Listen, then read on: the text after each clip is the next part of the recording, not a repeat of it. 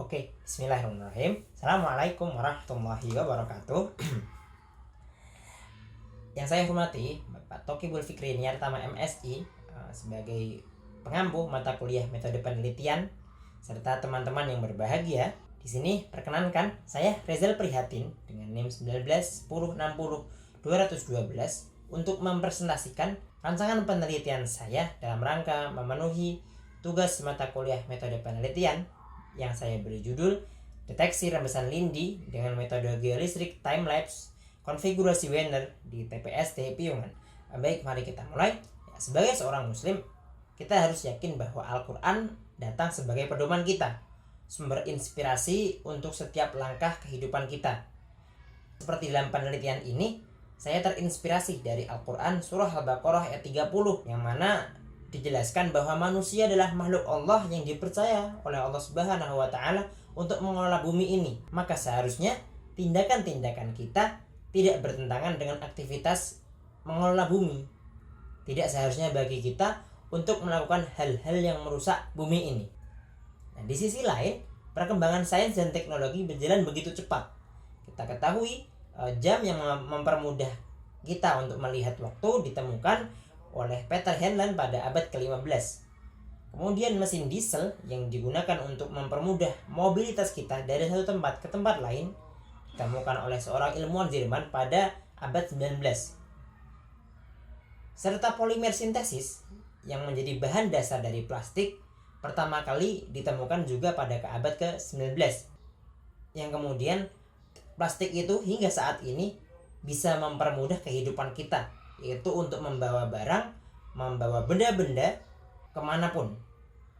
Dengan adanya plastik, berbagai hal jadi mudah untuk kita bawa tanpa perlu meminta bantuan orang lain, sehingga bisa mengefisienkan kerja kita. Namun semakin kesini, permintaan akan plastik semakin tinggi, dan kita ketahui plastik menjadi penyumbang utama sampah di sekitar kita. Dan limbah sampah ini ternyata tidak sedikit, sehingga kita memerlukan tempat-tempat untuk mengumpulkan sampah itu, seperti adanya TPA, tempat pembuangan akhir, atau TPST, atau tempat pembuangan sampah terpadu, atau TPO, tempat pembuangan umum yang ada di hampir setiap kota.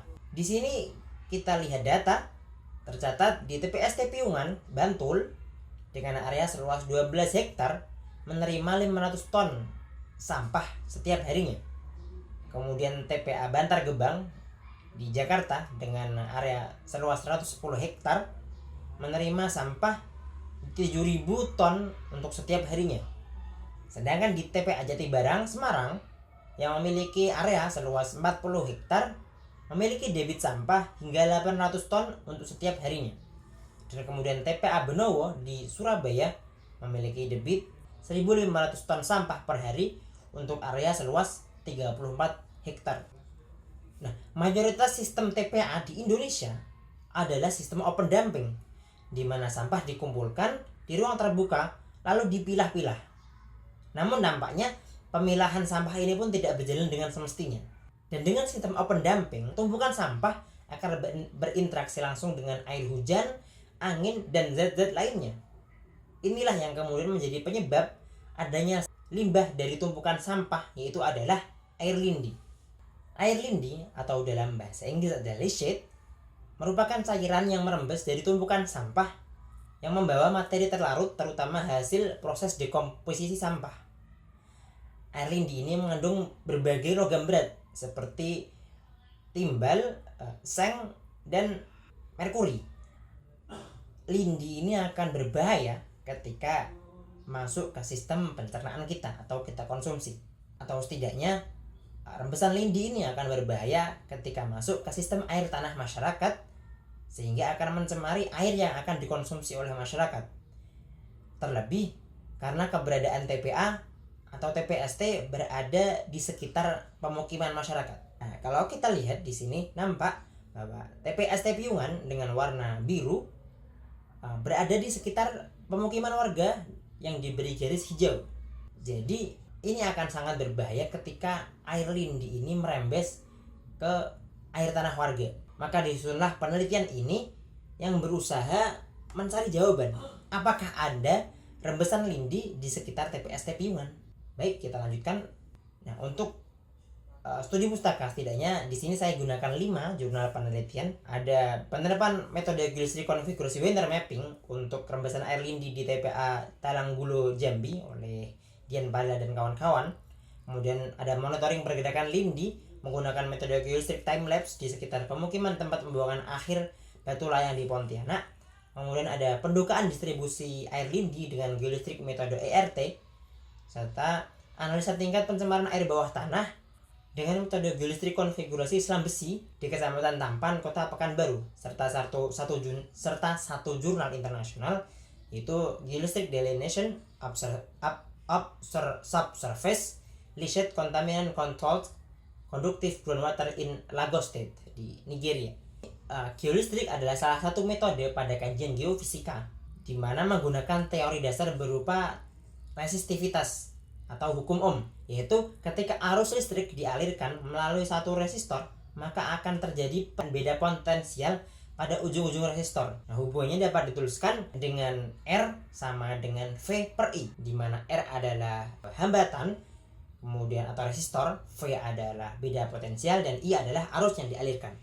Melalui sebuah pengujian dengan satu sampel berupa batuan berbentuk palok dengan penampang A dan panjang L dan resistensi R seperti gambar di samping, kita dapatkan persamaan R sama dengan Rho kali L per A, di mana Rho adalah konstan yang dikenal sebagai resistivitas suatu medium dengan suatu satuan ohmmeter. Kemudian ketika kita mensubstitusikan persamaan yang pertama tadi kepada persamaan yang kedua yang baru saja, maka akan didapat persamaan Rho sama dengan V kali A per I kali L. Sistem kerja pada metode ini cukup sederhana, di mana arus akan diinjeksikan ke dalam tanah, ke dalam bumi dengan bantuan 2 elektroda arus, serta akan diterima oleh 2 elektroda yang akan membaca beda potensial, yang kemudian dari beda potensial ini akan diketahui resistivitas sedimen di batuan di bawahnya. Di sini kita gunakan konfigurasi Wiener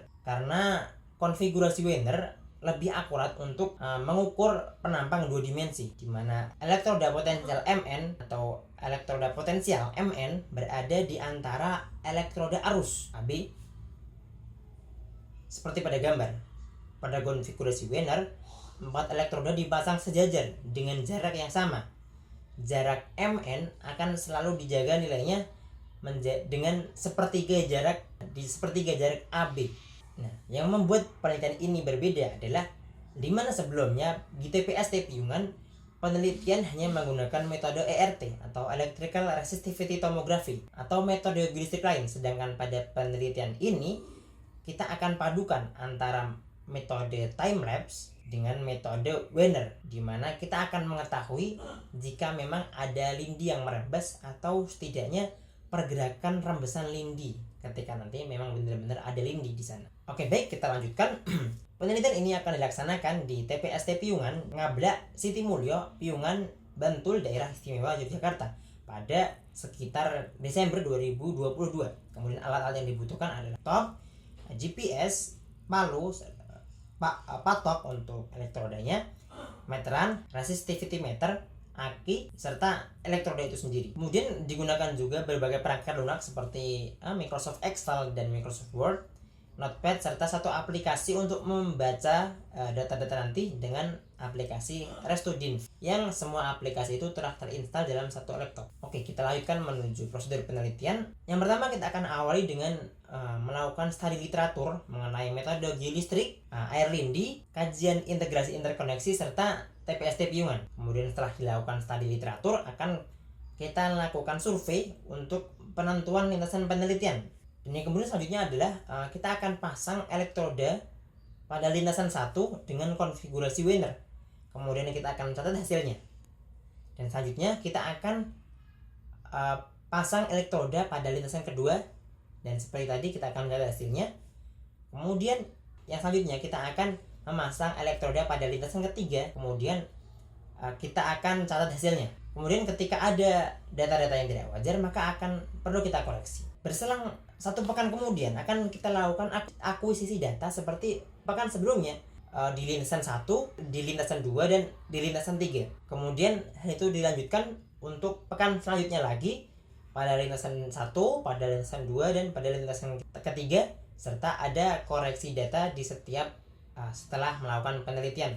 Kemudian setelah kita dapat data, yaitu berupa 3 lintasan penelitian dengan 3 waktu yang berbeda dengan jarak setiap waktunya adalah 1 pekan, maka kita akan lakukan interpretasi pendugaan rembesan lindi dengan aplikasi RStudienv tadi. Mungkin seperti itu yang bisa saya sampaikan.